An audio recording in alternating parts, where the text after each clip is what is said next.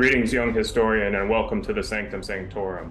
As Sorcerer Supreme, I am here to teach you a mystic art that will help you defeat the Dweller in Darkness that is the APUS history test.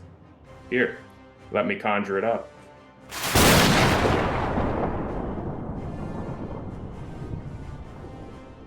Let's get to work. Now don't worry, this isn't the kind of spell that'll warp your mind in a 21 and over sort of way, or force you to relive your most embarrassing moment. That's what psychology is for. Instead, historiography is a collection of strategies by which historians interpret the past to construct an understandable argument for why things happened the way they did.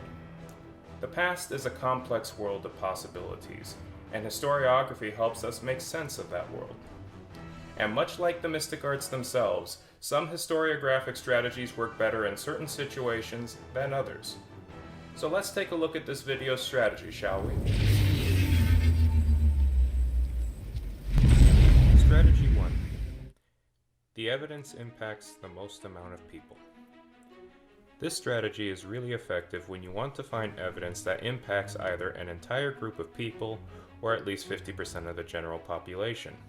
Across the 9 periods of the APUS history curriculum, certain events and evidence really work for this strategy, including the Columbian Exchange directly impacting every aspect of indigenous life, from politics to religion to population. The 13th Amendment abolishing slavery in slave states.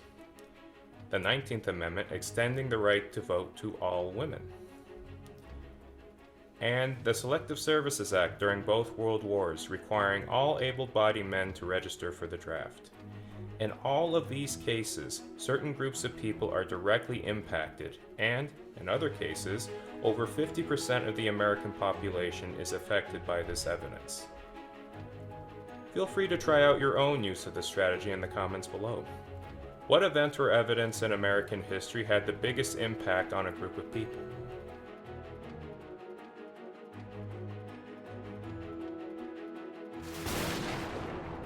And there you have it.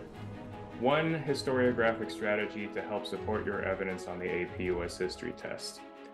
So what other components of the AP test are giving you trouble?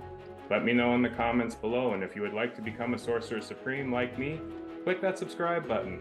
I'm always looking for new apprentices. Now, if you'll excuse me, I have a portal to Hawaii to catch. See you next time.